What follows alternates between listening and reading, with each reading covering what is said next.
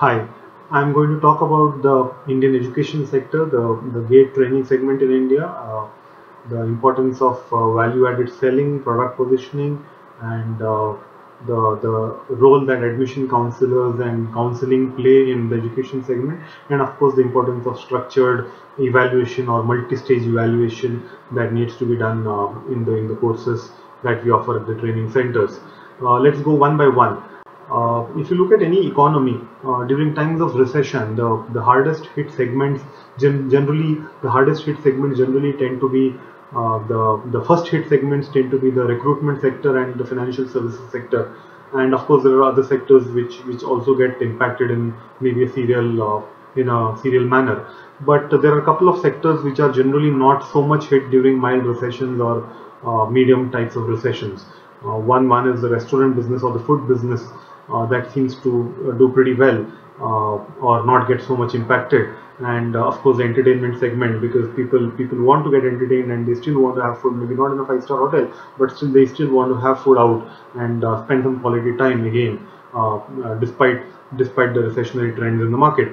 Then we have the education segment, which actually starts thriving during the times of mild recession, primarily because youngsters would not like to take up any job that comes their way. Rather, they would prefer acquiring new skills and qualifications and try to compete for the plum jobs or for the limited jobs that are available on offer. Of course, it is an employer's market because the number of jobs are less and number of people fighting for the jobs increase, uh, and and even working professionals try to add skills to their resume to fight out for better jobs in the market. If you look at the gate segment, the gate sector in India is worth 500 crore rupees, and it is only going to grow in the years to come because of three reasons. On one hand, we have the new Indian Institutes of Technology, the IITs that are coming up, the additional IITs that are coming up across India, and we also have the private universities that are coming up in a big way. That is going to add inventory of seats. That means more people are going to get interested to try for these seats again. Uh, then we have the public sector undertakings that are also using GATE scores to offer employment to candidates, which means that even job aspirants are going to take GATE exam. And we also have government now focusing on elementary and even tertiary education, which means that the number of people coming out of schools and colleges and looking at university education is going to increase. People who are enrolled in BE courses in colleges which were hitherto unfilled, or people taking up the 4-year BSc by research program, or people studying MCA, is going to increase in the years to come, and all these people are going to become eligible for GATE exam, and so the number of people taking up the GATE exam will increase on one hand, and the inventory is also going to increase on the other hand, but of course not necessarily proportionately. Now, how does one admit students into these GATE training courses, typical or any particular education segment? We have leads coming in through various channels. It could be through digital marketing, or it could be through BTL or ATL or anything else that generally companies do to reach out to prospective customers or prospective students, and seeing the advertisement, or seeing the email or seeing the SMS, the prospective buyer tends to comes to the training center, and that is when he is counseled by an admission counselor, and then he is enrolled into a course. So typically there is a lead to walk-in conversion percentage, and there is a walk-in to enrollment conversion percentage. There are average statistics available for different regions and different types of educational courses that are available across the country.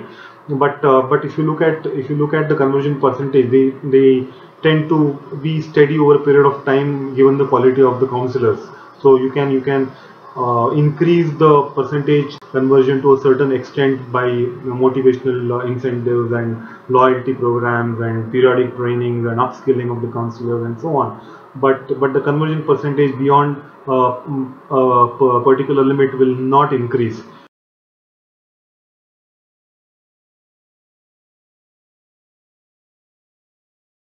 So what is the other factor that can help in improvising conversion? Today we look at modern marketing techniques like sensory marketing, which plays a very important role in enrolling or in canvassing customers who walk into the outlet.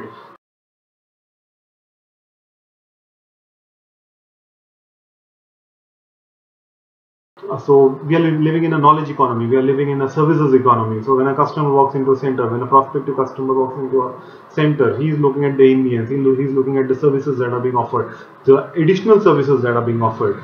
So he likes to be greeted, he likes to be treated well, and that is going to make a lot of impact. We are going to tap into his 5 senses, which can be called the 5 customer touch points: the sensory perception, the visual perception, or the audio perception. All these are going to be very critical in the days to come in improvising conversion percentages. If you look at the personality of counselors, yes, any sale happens because of the personality of the salesperson, but the admission counselors need to be spoon fed, because most of them tend to be not so aspirational. So the knowledge level of an average counselor may not be up to the mark, and the prospective customer may not be really impressed looking at the way she's counseling. She's more sales driven, trying to always canvas the customer to buy the product rather than tell him about the prospects or the chances or the usefulness of the product, or the future that he can aspire to be in after taking the course. That is not really told about in most of the places.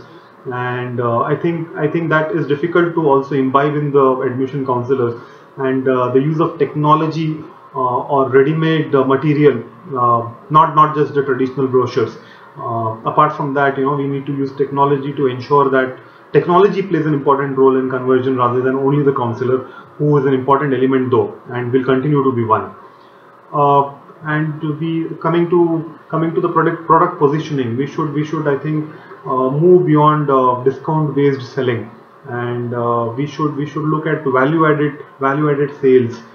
The positioning of the product needs to be a little higher rather than selling across the table with huge and steep discounts. Group discounts are definitely welcome, but I think talking about industry trends and talking about the usefulness of the course, the quality of the training, and how it is better off than the market, or what lies in future for the student. I think all those things matter a lot, apart from just offering discounts and trying to close a deal. Structured evaluation plays an important role now in the services that are offered, because we should realize that only 7% of the people are going to finally cross the mark and going to get a seat. So what about others? Others are going to be unsuccessful, but they should not feel the course was not at all valuable.